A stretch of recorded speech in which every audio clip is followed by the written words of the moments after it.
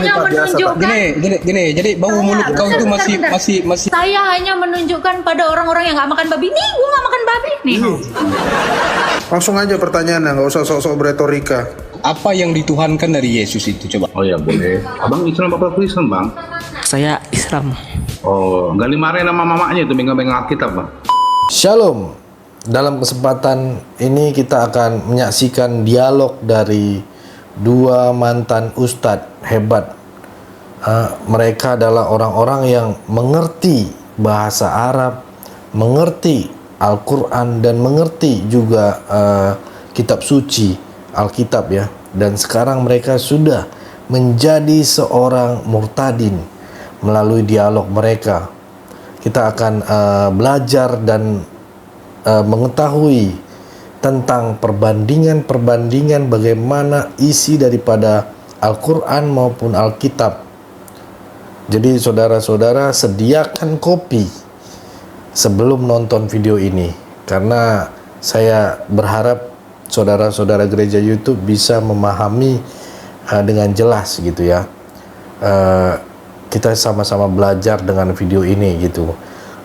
Kita tonton dari awal sampai habis, dan semoga ini pastinya akan memberikan pencerahan buat saudara-saudara gereja YouTube.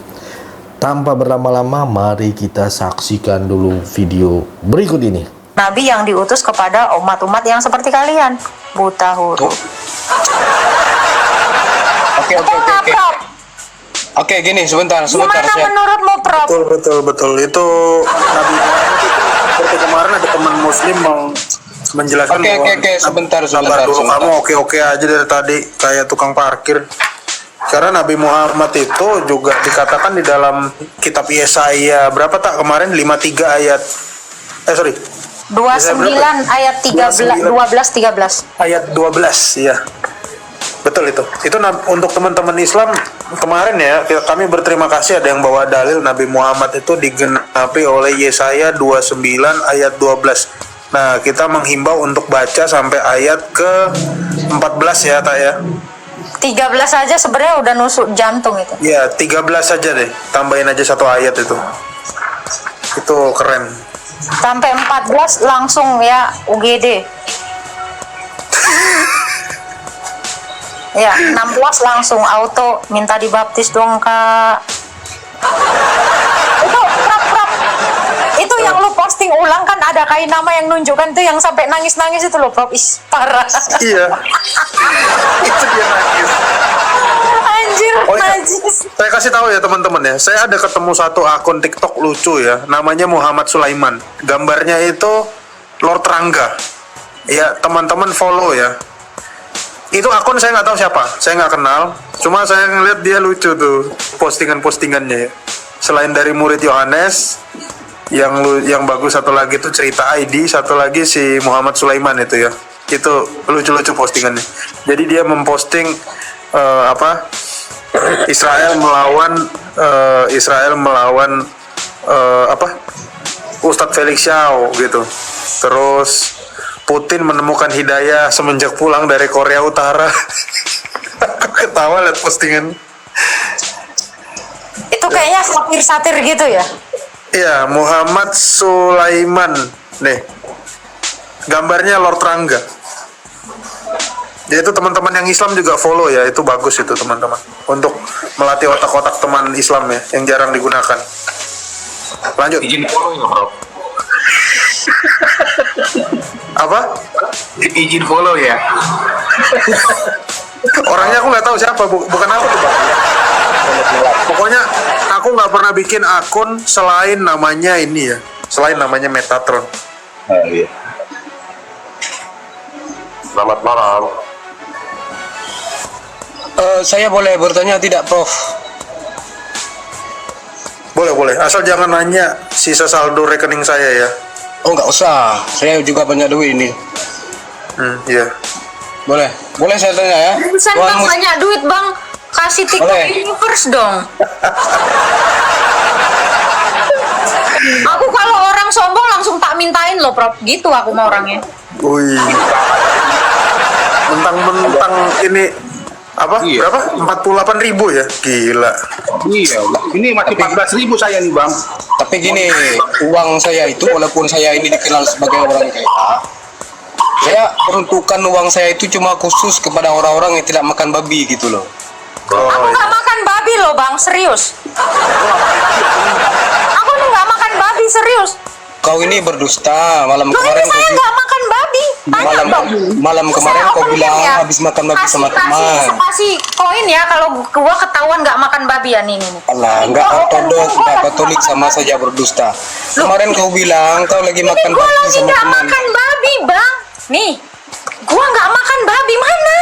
Ya sekarang memang kau nggak makan babi. Lo kan nggak salah dong, Prof. Ya, sekarang Iya, memang kau nggak bilang makan aja babi. abang nggak punya Tapi uang bang. Ah, bilang aja nggak Bang. punya koin. Bilang aja nggak punya uang. Gini, tapi kemarin kan kau makan babi.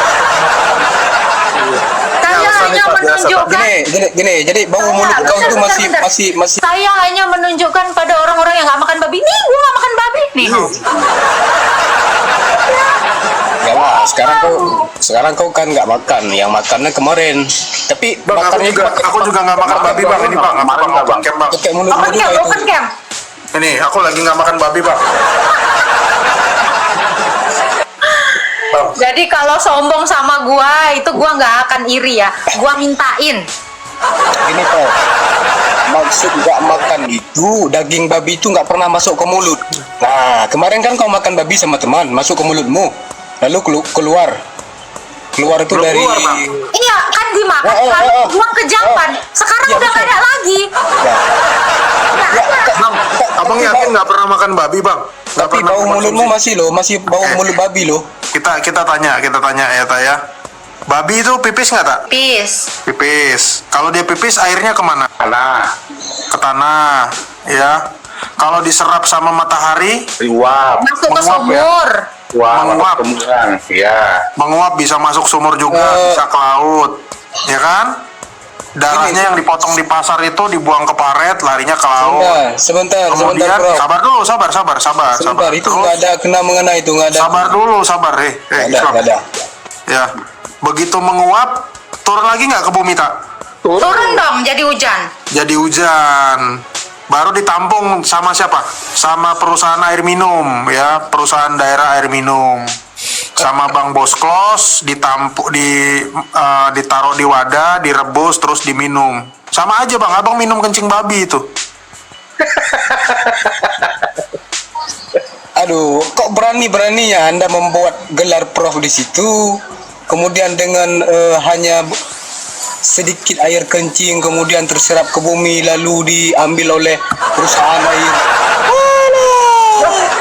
Ini sama ya, Prof, penjelasan sperma dari saripati tanah. Betul nggak, Prof? Betul.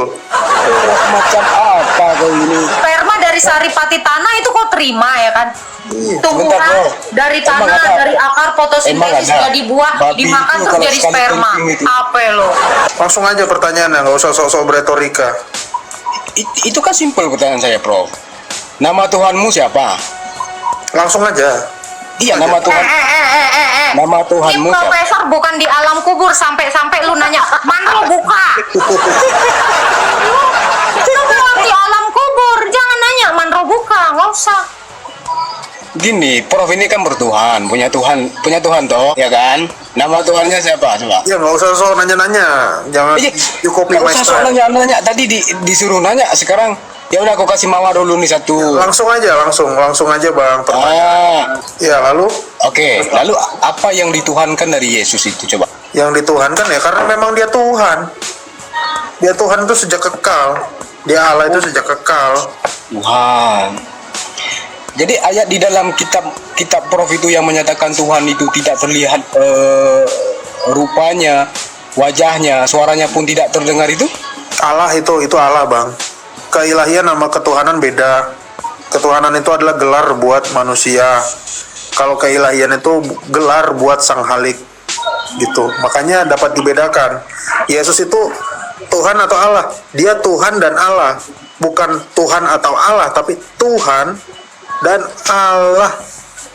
Itu. Tuhan dan Ya, Allah. Tuhan itu adalah gelar untuk kemanusiaan. Jadi kalau ditanya apakah Tuhan itu ada wujudnya, ada mukanya, ada. Karena Tuhan itu adalah sifat dari kemanusiaan dia. Tapi kalau Allah itu nggak ada, itu yang abang katakan tadi, wajahnya tidak rupanya pun tidak dapat dilihat, ia yang bersemayam dalam terang yang tak terhampir, itu Allah gitu. Jadi yang Tuhan Yesus atau Allah? Yang Tuhan itu kemanusiaan Yesus, yang Allah itu Yesus sebagai firman, tidak terlihat gitu. Dia yang dalam firman itu tidak kelihatan, Bang. Makanya nggak bisa digambarkan. Sang Bapa juga tidak bisa digambarkan, tapi yang digambarkan itu Tuhan. Oke, maksudnya gini, saya masih bingung. Yesus itu sendiri Tuhan dan Allah itu sendiri. Betul. Oke. Tuhan dan firman Allah.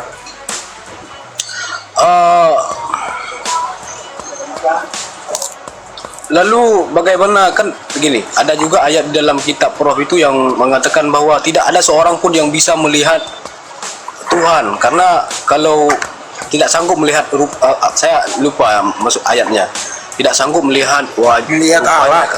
Melihat Allah. Allah, Bang. Ya Allah memang nggak bisa dilihat. Jadi kalau ditanya apakah Tuhannya orang Kristen itu kelihatan, sampai kapanpun itu nggak akan kelihatan. Mau kita nanti ada di surga, ya Allah itu nggak akan bisa kelihatan. Yang kita bisa lihat itu adalah ketuhanan Yesus. Sama halnya dengan keilahian Yesus. Apakah bisa dilihat nanti oleh para orang-orang Kristen saat di surga nanti? Tidak. Karena memang Allah itu tidak akan bisa dijangkau oleh indera ciptaannya. Ya. Kalau begitu Prof, kenapa tidak menuhankan Bapa saja? Kalau begitu, ini sesuai dengan Yohanes 17 nomor 3 ini. Kita menggunakan kata mengalahkan aja ya, mengalahkan sama menuhankan ya, biar bisa kelihatan ya bedanya. Kami mengalahkan Sang Bapa di dalam keutuhannya sebagai Allah, di mana Allah yang kami sembah itu Allah yang hidup, Allah yang punya firman, Allah yang punya roh gitu. Kami menyembah atau mengalahkan Allah kami dalam keutuhannya. Ya, mungkin berbeda dengan keimanan teman-teman Muslim. Ya, di mana maksudnya gini, di mana kalian hanya menyembah Allahnya, tapi apakah firmannya juga ikut tersembah? Ada yang bilang tidak, ada yang bilang iya, ada yang bilang nggak tahu, ada yang bilang terus masalahnya di mana? Tuh. Gini Prof, kalau berbicara firman, itu saya rasa itu tafsiran kita masing-masing ini berbeda. Ini yang kita bilang ini hakikat dia Sang Tuhan itu sendiri. Kalau begitu tidak cocok kalau kemudian Prof bilang Yesus itu adalah Bapa itu sendiri. Karena kenapa? Nggak ada saya bilang Yesus itu Bapa. Kamu kok nambah-nambahin? Oh, tidak ada. Nggak ada. Jadi posisi Yesus dan Bapa ini gimana? Firman, Jadi yang disembah oleh orang Kristen hari ini yang bukan disembah Yesus. Allah yang esa, Allah yang hidup. Di dalam Allah yang hidup itu ada firman dan ada roh. Sama seperti kamu. Kamu bilang Tuhanmu satu, ya? Bagaimana kamu membuktikan Tuhanmu itu satu? Bagaimana kamu membuktikan Tuhanmu itu adalah Tuhan? Sementara dalam satunya itu sama seperti satunya botol aqua saya ini. Lihat ini. Ya. Nih, lihat. Nih, saya punya botol minuman. Ya, ini satu. Apa bedanya sama Tuhanmu? Tuhanmu satu kan? Sama kan? Sama. Ini sama Tapi kalau ditanya, botol saya nih Prof, hitam. iya. Nah, ini botol ini nggak punya roh dan nggak punya firman. Ya dia kalau diletakin begini, ya dia diem aja. Ini sama kayak Tuhanmu. Tapi kalau Allah yang kami sembah, dia dalam terang yang tak terhampiri itu, dia bisa berfirman kepada ciptaannya. Dia bisa berfirman kepada ciptaannya. Dia bisa menghidupkan ciptaannya. Dia bisa memberi rohnya kepada ciptaannya, Roh Kudus. Itulah Allah yang esa itu. Makanya Allah yang benar itu pasti Allah Tritunggal. Di luar Allah Tritunggal, Allahmu itu sama kayak ondel-ondel, benda mati. Gini Prof. Maksudnya gini Prof. Saya tidak bilang ya. Maksudnya dari kalangan Kristen sendiri itu juga banyak orang-orang yang menentang filsafat Trinitas itu. Ya. Jangan begitu. Gereja Rasul itu tidak ada yang tidak Trinitas sampai detik ini. Katolik, Ortodok, Koptik, Oriental semuanya Trinitas. Protestan juga Trinitas. tertunggal. tentunya kami udah bacok-bacokan seandainya Trinitas itu ajaran baru dari dulu.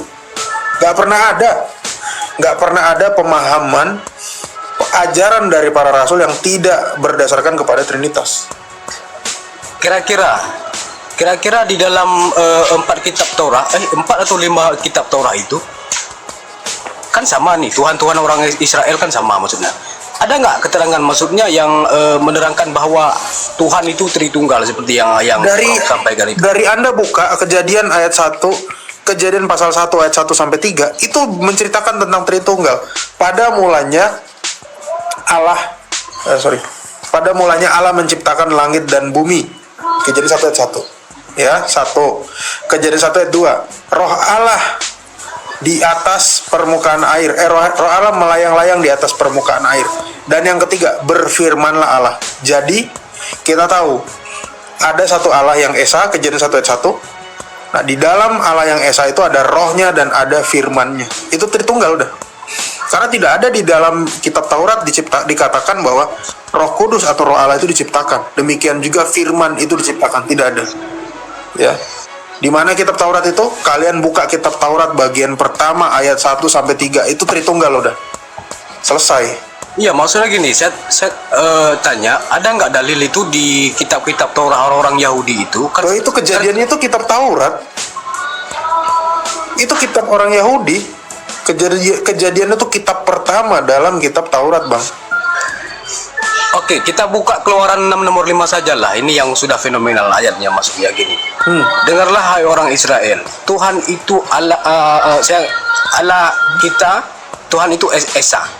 Kasihilah Tuhan Allahmu dengan segenap hatimu dan dengan segenap jiwamu. Kamu baca apa itu? Kamu baca Ulangan 6 4, kamu bilang lagi Keluaran. Kamu ngawur. Ulangan 6 4, kamu bilang Keluaran 6 ayat 5. Ulangan 6 nomor 5 saya bilang. Ya kamu tadi bilang Keluaran. Kamu ngasih dalil aja salah. Ya, saya keliru. Sorry. Jadi hukum mengenal Allah yang Esa, Ulangan 6 ini adalah saya rasa iman utama dari orang Yahudi. Mereka tidak mengenal Tritunggal. Ya, Allah yang Esa itu dalam Tritunggal. Itu menjelaskan keesaannya bagaimana tadi. Coba kalau dia Esa, dia nggak punya firman, dia nggak punya roh, itu artinya Allahnya batu. Coba sekarang Prof untuk menguatkan pernyataan Prof ini, coba hadirkan dalil di dalam kitab orang-orang Yahudi ini yang menerangkan bahwa mereka juga mempercayai bahwa Tuhan Tritunggal itu yang seperti Prof sampaikan ini. Iya, tadi Kejadian 1 ayat 1 sampai 3, Yesaya 6 ayat 3. Selalu kalau menguduskan Tuhan itu selalu 3 kali. Kudus, kudus, kuduslah Tuhan. Itu Trisagion. Ya, dalam bahasa Indonesianya disebut sebagai Tritunggal. Nah, ini muncul juga di dalam ajaran palsu ya. Ajaran palsu abad 7 dari Arab. Ya, saya nggak nyebut Islam. Cuma saya tanya nih, di agama Abang ada wudhu nggak? Ada wudhu? Atau nggak? Ntar, sebentar. Di agama Abang ada talak nggak? Talak. Ada nggak?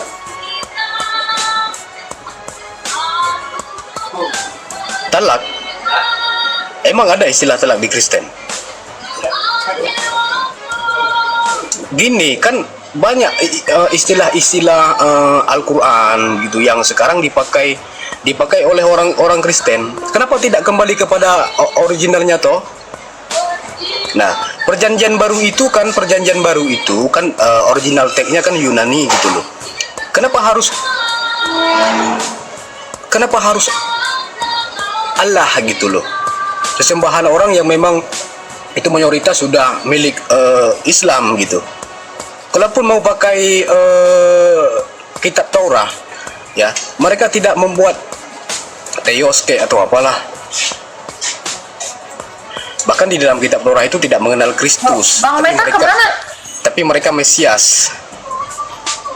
Ngapain kalau kita? Mau ke tendang, kempas. Ntar juga naik lagi. Mana Bang Meta? Iya, tadi ke apa? Kayak ketendang gitu. Gini, tadi kan nanya masalah talak. Ya, sejauh ini yang saya tahu talak itu ya istilah dari Islam gitu. Kalau di Kristen saya belum pernah dengar. Nah, yang jadi problem sekarang kan banyak istilah-istilah Islam itu dipakai oleh orang Kristen. Nah, kenapa tidak pakai perjanjian lama saja?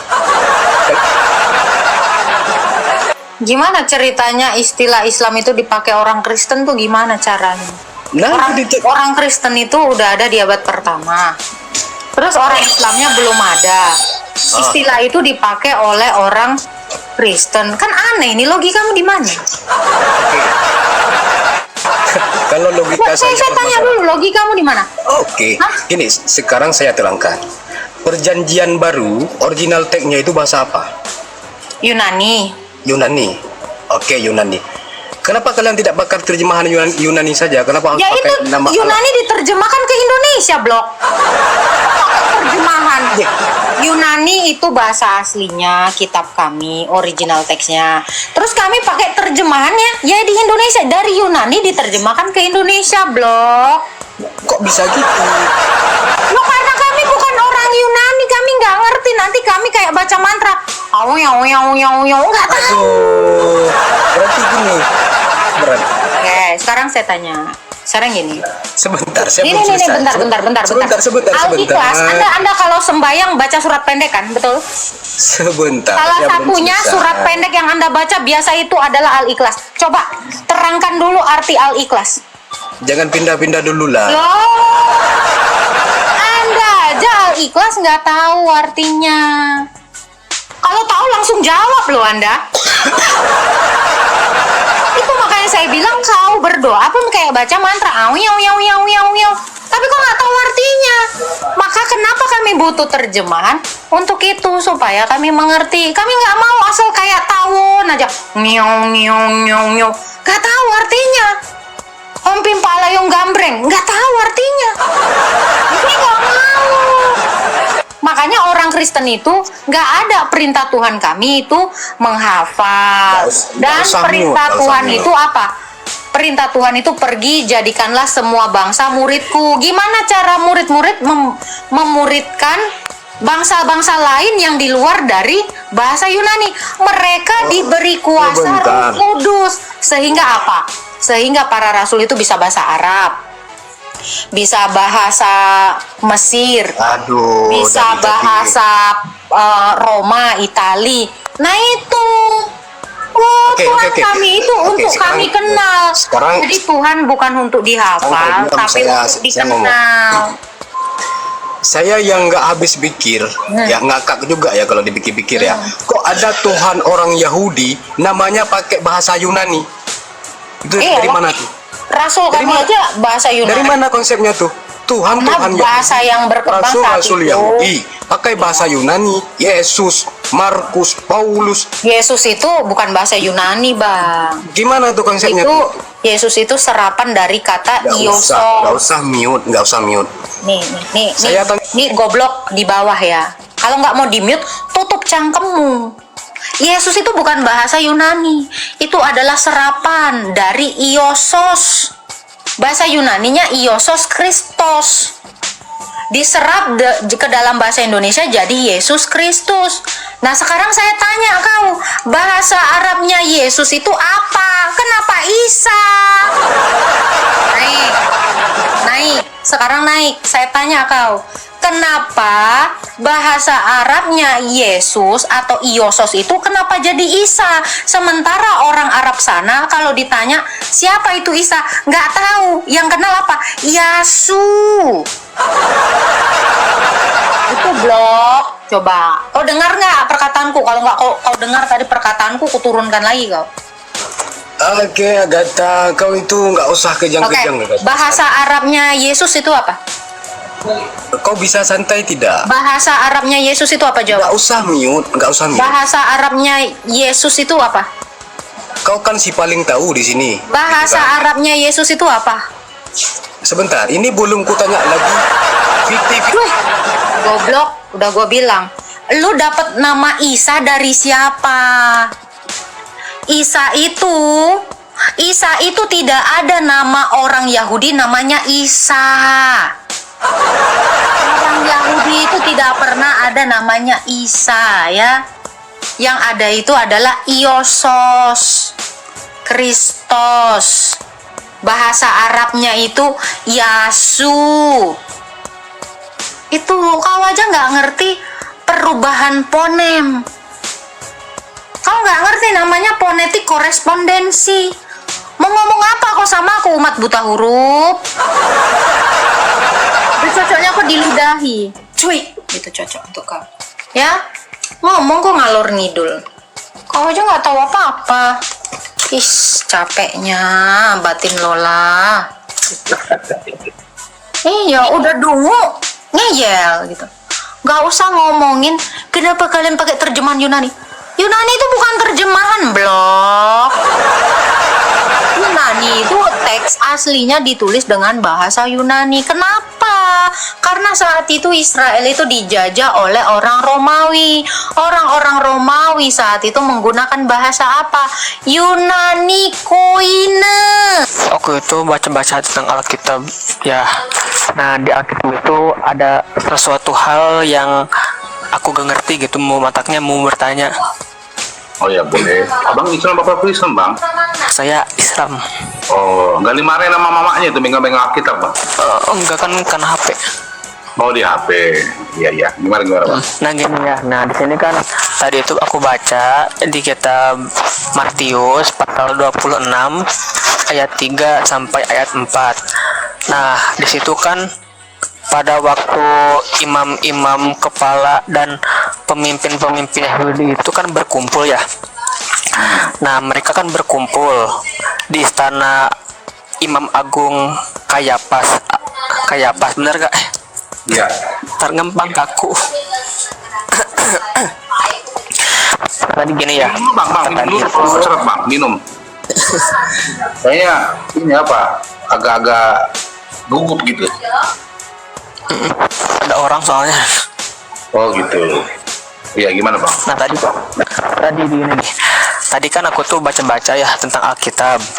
Nah, tentang Matius pasal 26 ayat 3.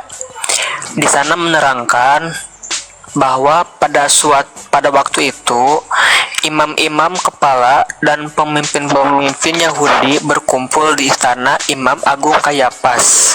Mereka berunding untuk menangkap Yesus dengan diam-diam dan membunuh dia. Nah, yang jadi pertanyaan saya itu, jadi mengapa gitu kalau memang Yesus adalah Tuhan, mengapa mereka itu berpikir bahwa ingin membunuh Yesus itu? Maaf bang sebelumnya. Oh gitu. Oke, saya terangin ya bang. Kalau rencana membunuh manusia bisa berencana bang. Cuman kalau Yesus sendiri, Tuhan Yesus itu sendiri berbicara di Yohanes 10 ayat 17 sampai 18.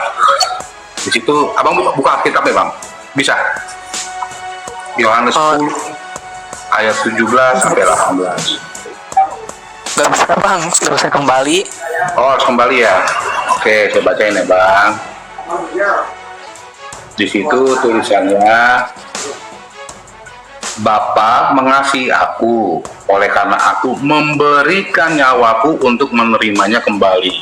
Tidak seorang pun mengambilnya daripadaku, melainkan aku memberikannya menurut kehendakku sendiri. Aku berkuasa memberikannya dan berkuasa mengambilnya kembali. Inilah tugas yang kuterima dari Bapakku. Itu bang. Jadi ya perencanaan membunuh Yesus sih boleh ada, terserah gitu kan.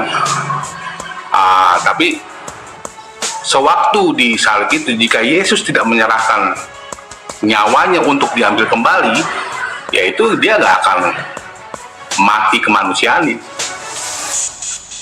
Itu bang.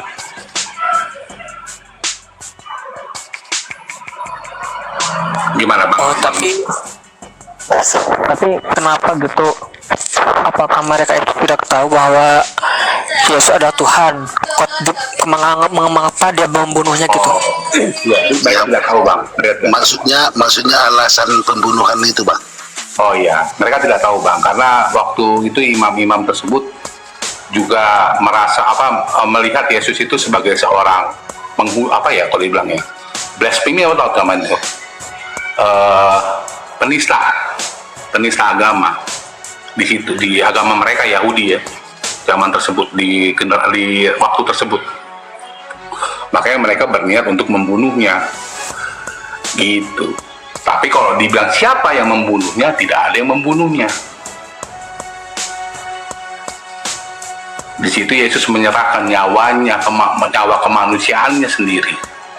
Dan dia bisa menerimanya kembali. Mengambilnya kembali. Gitu loh, Bang.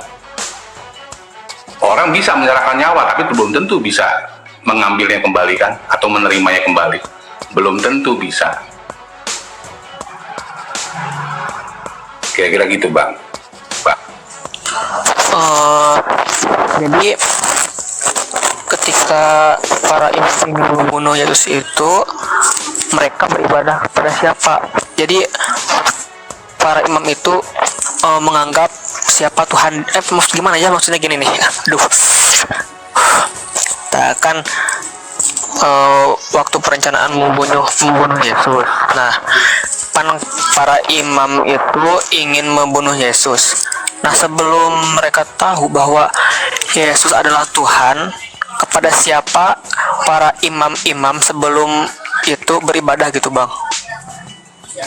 Para imam-imam tersebut beribadah. Iya. Kepada Yahudi ya, Bang. Kepada siapa? Hah? Kalau saya bukan Yahudi, karena mereka itu Yahudi, Bang. Saya nggak bisa menjawab itu karena memang saya bukan Yahudi gitu. Cuman kalau menurut kisah-kisah yang mereka yang ada di Taurat, ya nubuatan tentang Yesus ini sudah ada di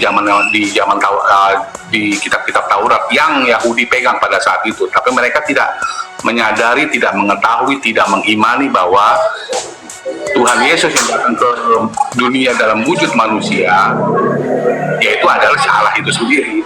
Kalau tahu, mereka nggak akan seperti itu, Bang. Sama seperti Islam saat ini, karena mereka tidak tahu, ya bebas saja menghujat gitu kan. Kalau mereka tahu, yakin saya tidak akan menghujat itu. Oh, gimana ya?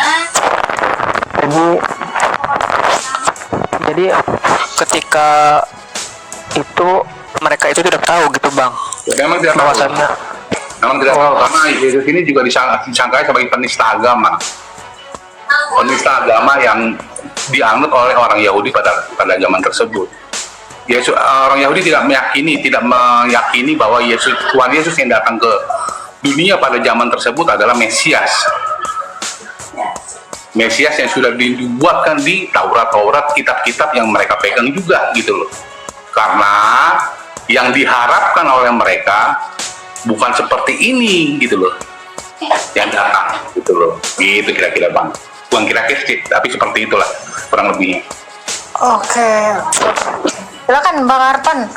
Mungkin kalau dari perspektif Bang Arpan ya, Isa ini seperti apa sih, Bang? Nah, Kak. Kalau dari perspektif Abang sendiri, Bang Arfan ini kan Muslim ya. Dari iman Anda sendiri, Isa itu seperti apa sih? Oh, sedikitnya saya tahu ya. Nah, jadi memang banyak beranggapan bahwasannya itu Nabi Isa itu Yesus. Nah, sebenarnya itu bukan gitu. Jadi gimana ya jelasinnya? Jadi beda banget gitu antara Nabi Isa dan Yesus gitu. Kalau dalam sejarah kakak ya kan Yesus disalib. Nah, sedangkan kan dalam sejarah Nabi Isa Yesus itu digantikan dengan Yudas gitu. Apa memang ada, Bang, di Quran sendiri dijelaskan bahwa Isa itu digantikan dengan Yudas? Emang sih gak ada dalam Quran langsung, tapi saya tuh kemarin lagi cari di Google, ada gitu tafsiran dari tafsir Tahlili gitu, Bang, gitu Bang, gitu Kak. Nah, bisakah Anda beriman kepada tafsir atau Anda beriman kepada Quran? Maksudnya? Ya, Anda disuruh beriman kepada Quran atau beriman kepada tafsir? Al-Quran dalam rukun iman. Ya, kalau Quran sendiri tidak menceritakan bahwa dia diserupakan dengan Yudas gitu. Lalu dari mana Anda mengimani sesuatu yang tidak divalidasi oleh Allah itu sendiri? Kan logikanya demikian, bukan begitu Bang?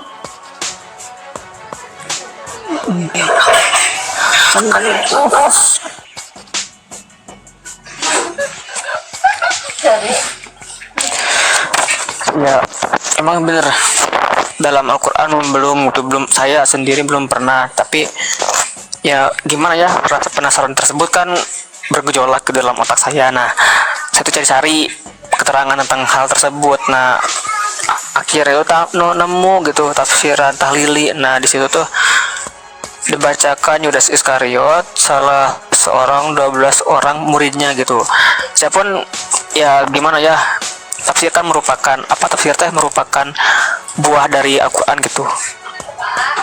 Tafsir buah dari Al-Quran. Bisakah tafsir itu mengadakan sesuatu yang tidak ada di Quran gitu? Oh, Nah, tafsir itu kan cara pandang seseorang dalam memandang Quran kan. Cara pandang seseorang menilai Quran kan itu kan. Bisakah cara pandang seseorang itu menjadi iman Anda, dasar iman Anda gitu? ikan. Nah, ini dia. juga mengatakan yang salib adalah Simeon. Siapa? Kira-kira ini pembawa salib Yesus. Apaan sih? Enggak jelas, Bang. Itu mikir Bentar.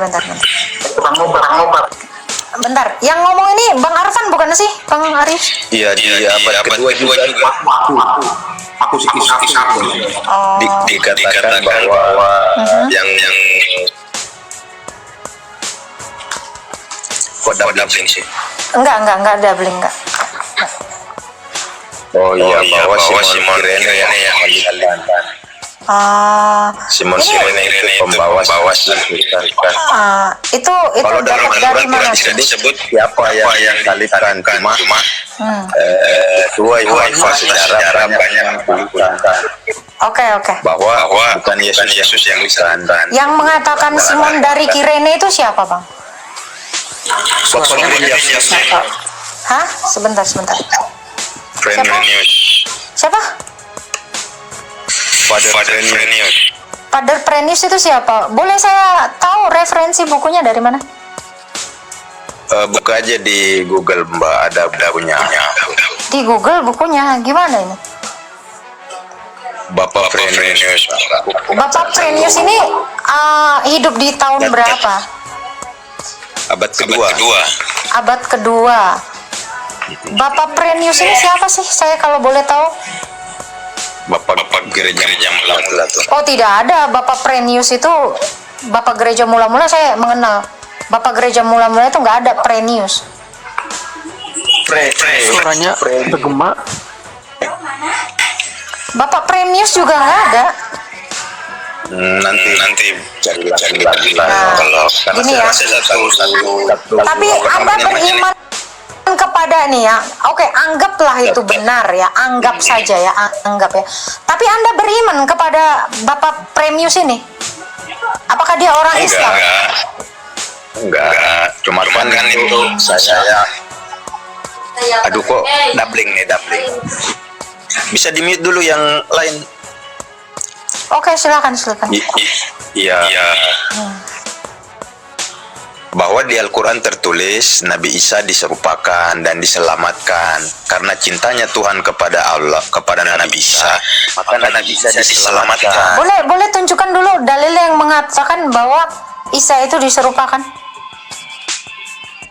Aduh, saya buka buka satu device tuh aku. Al-Maidah berapa tuh?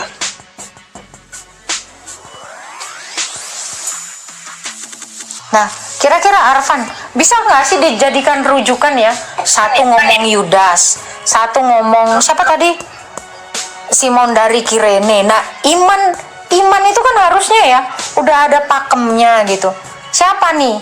Loh, kalau kalian aja belum mencapai ketauhidan, kesatuan dalam iman, apa yang mau dijadikan landasan sebagai acuan agama kalian?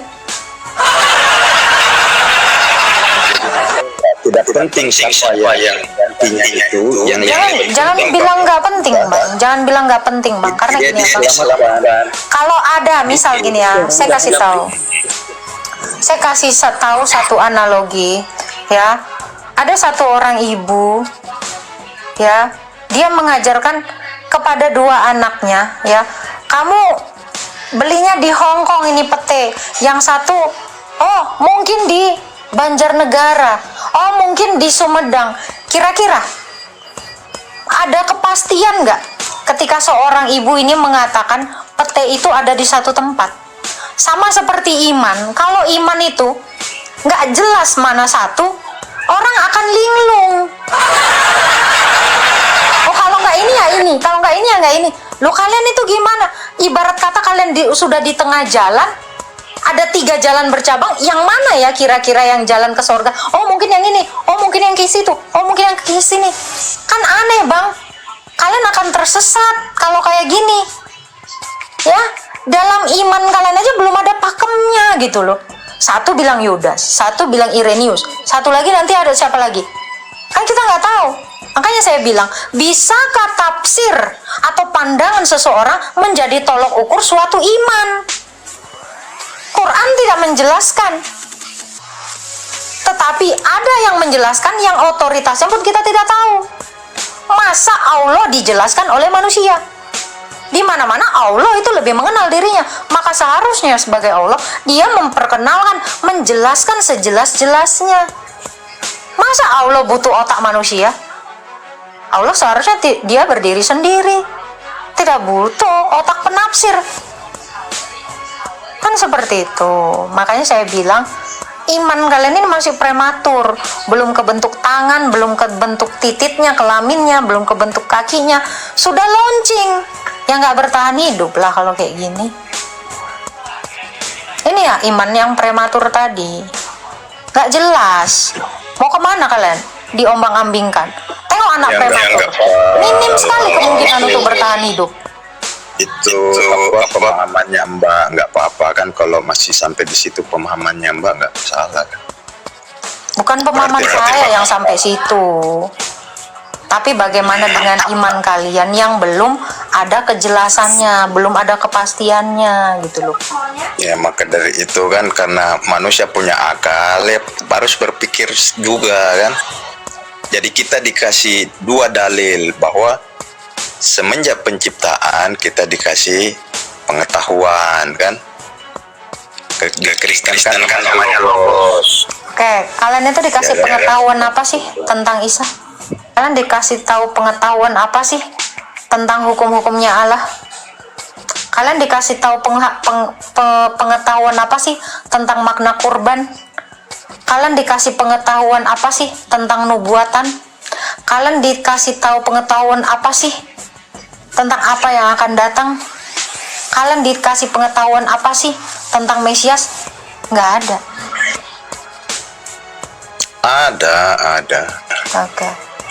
Pak Bang Arius bisa bacakan Mazmur 147 ayat 19 sampai 20? Punten Bang Arius. Maka yang sebenarnya kan yang saya mau bahas tadi mengenai bahwa ketika kita menyembah manusia atau Tuhan yang sepenuhnya manusia, Mazmur, bentar ya Bang Is, ya bentar ya Pak Is ya. Mazmur 147 ayat 19 sampai 20. Dan 19 20. Iya. Oke. Mohon didengar ya Bang Is aku. Bentar. Ia memberitakan firman-Nya kepada Yakub, ketetapan-ketetapannya dan hukum-hukumnya kepada Israel. Ia tidak berbuat demikian kepada segala bangsa, dan hukum-hukumnya tidak mereka kenal. Haleluya. Nah itu. Jadi Allahnya Yakub, Allahnya Abraham, Allahnya Ishak itu hanya memberikan firman-Nya, ketetapan-ketetapannya, hukum-hukumnya hanya kepada Israel. Dia tidak berbuat demikian kepada skala bangsa. Hukumnya tidak mereka kenal.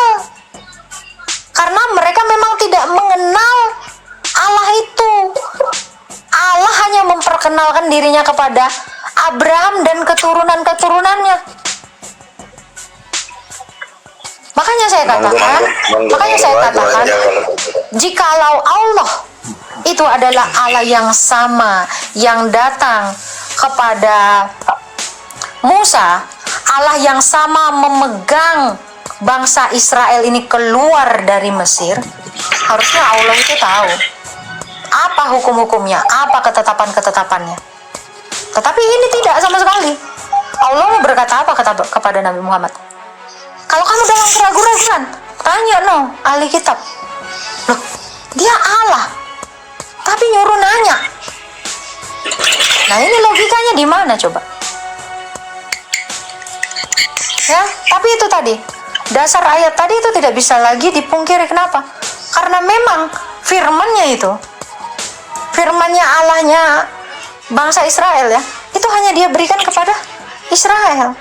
Dia tidak kasih sama orang Mesir, dia tidak kasih sama orang Arab, dia tidak kasih sama negara bangsa-bangsa lain, hanya kepada Israel. Karena melalui Israel ini, sebentar, belum, jangan buru-buru rasis. Karena dari bangsa inilah, dari Israel inilah tumbuh tunas. Itu yang disebut tunas Daud, itulah Yesus Kristus itu. Jadi Yesus Kristus ini diberitakan untuk segala bangsa. Hukum-hukumnya ini, ketetapan-ketetapannya ini melalui bangsa Israel ini sampai kepada segala bangsa.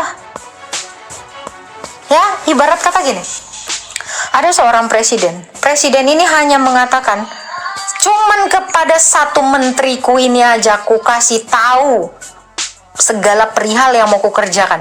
Jadi kalau orang lain mau tahu, ya melalui satu menteri ini. Karena apa? Karena dia bilang, aku hanya memberikan ketetapanku kepada Israel. Hanya kepada satu menteri ini aja kalian dapatkan bantuan misalnya. Hanya dari dia informasinya ini ku kasih tahu. Seperti itu. Makanya tiba-tiba ada orang lagi yang ngaku-ngaku, oh aku menteri juga, aku juga tahu rahasia Allah ini. Tapi begitu ditanya dia nggak ngerti apa-apa. Sama seperti Nabi yang ngaku-ngaku, aku dapat wahyu dari Tuhannya Israel. Waktu ditanya Tuhannya pun nggak tahu. Menterinya nggak tahu, Tuhannya apa lagi? Makanya itu tadi dasarnya Mazmur tadi. Itu. Tuhan belum beritahu. Tuhan belum beritahu. Yang disampaikan Mbak Agatha malah sebenarnya ajarannya pada dasarnya benar, cuma kadang pemahaman kita yang salah gitu loh. Bahwa ketika berpemahaman seperti tadi, bahwa melalui Isa atau Yesus yang bangsa Israel itu betul, ada betulnya. Tetapi ketika Isa itu disembah atau Yesus itu disembah, itulah awal mula kejatuhan kita. Karena Isa punya ras, ya kan, punya kelamin, jenis gender kan, punya gender, punya ras. Oke.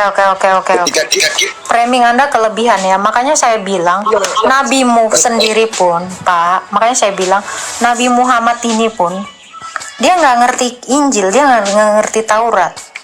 Nabimu ini benar-benar nggak tahu apa-apa tentang imannya orang Kristen.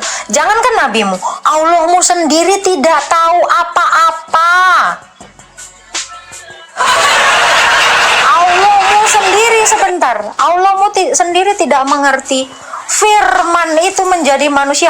Allahmu bahkan nggak kenal Yohanes 1 ayat 14, Filipi 2 ayat 6-7. Kenapa? Katanya dia maha tahu. Kenapa Allah yang maha tahu ini tidak tahu apa-apa? Ya, bahkan Bapa itu sendiri berkata apa?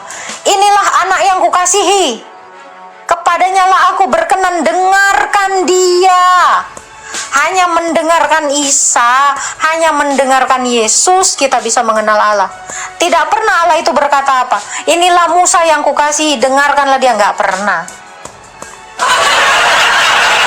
Dia hanya mengatakan itu kepada Yesus, anak tunggalnya yang adalah firman, yang kodratnya Allah. pecahnya kita, pecahnya kamu, pecahnya ini, ya itu pecahnya mulai dari pecah perawan Aisyah.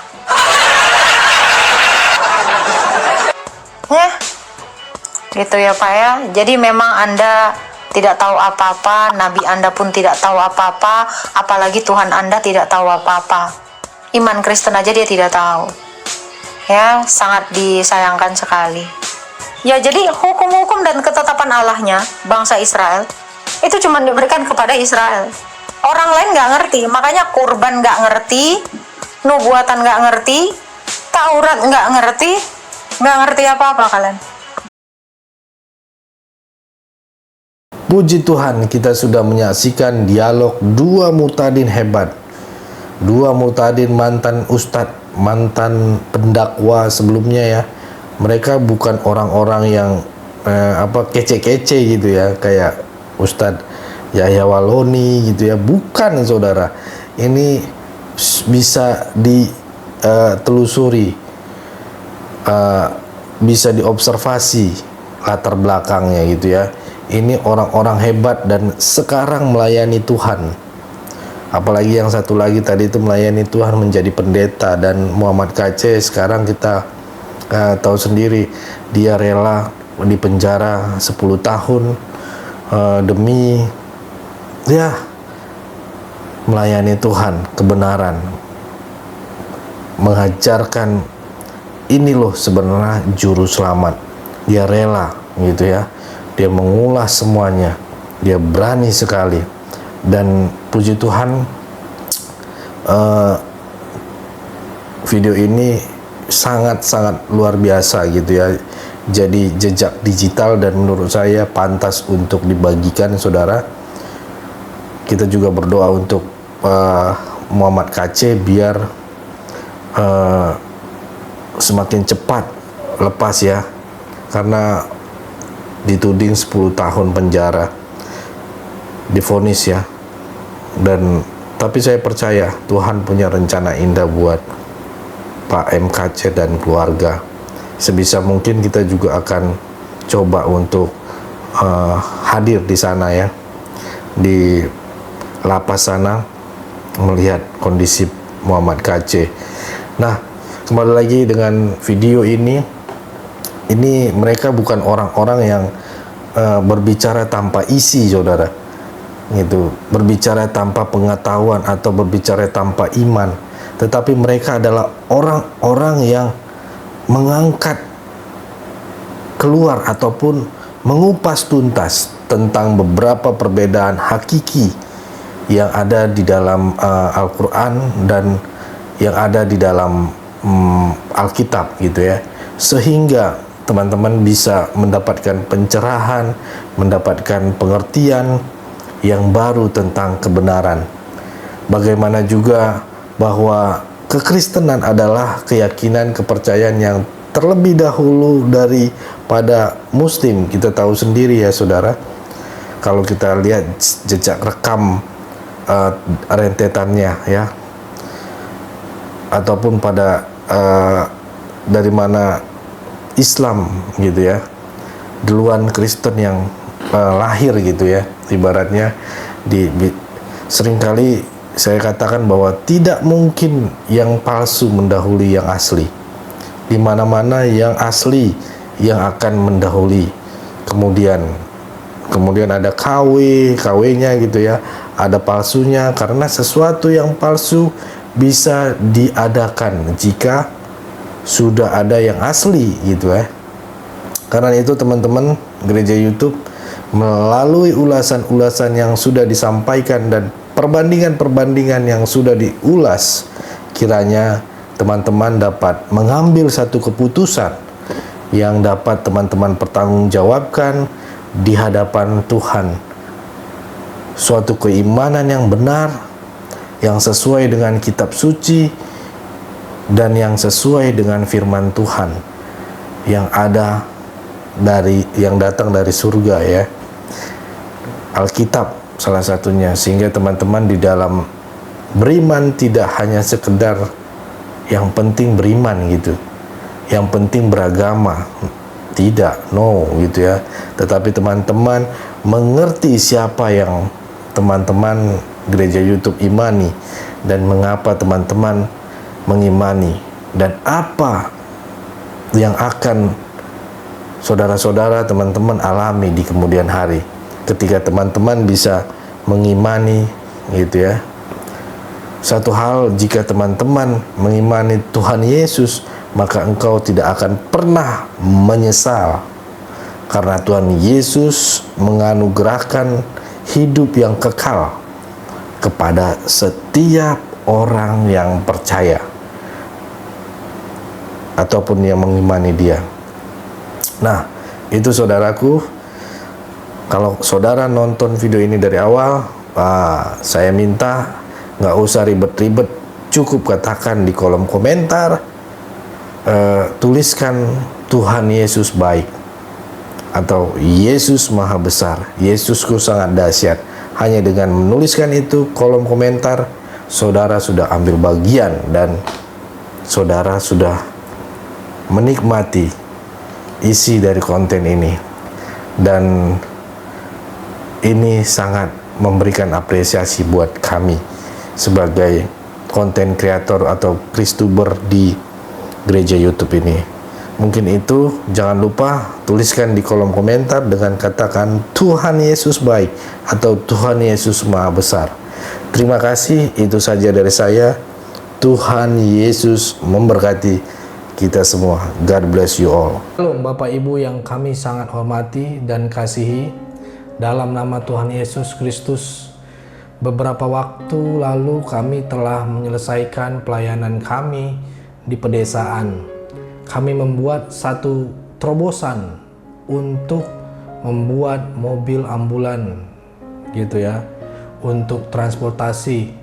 Di sana kami memang sangat melihat di sana kebutuhan transportasi di desa tersebut. Selain jalannya yang jauh dan curam, terkadang kalau ada peristiwa malam hari atau ibu hamil, mereka kasihan, bingung mau diangkut pakai apa. Maka dari itu kita putuskan bersama tim untuk menggunakan channel gereja YouTube ini untuk rekan-rekan subscriber bila ingin mengambil bagian untuk pelayanan ini bisa berbagi di rekening yang tertera di atas. Ayo ambil bagian. Kami perkirakan habis sekitar 130 juta karena untuk membeli mobil dan dekorasi ambulan tersebut, apalagi ditaruh oksigen, peralatan oksigen dan lain-lain.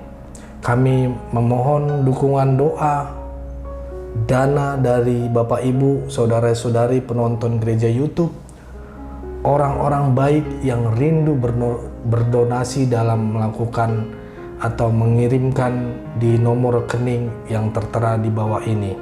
Kami berharap Tuhan akan menolong kami dan mencukupkan kebutuhan untuk pelayanan ini. Terima kasih, doa kami selalu menyertai saudara dan pelayanan kita bersama ini. Tuhan Yesus memberkati kita semua. Haleluya.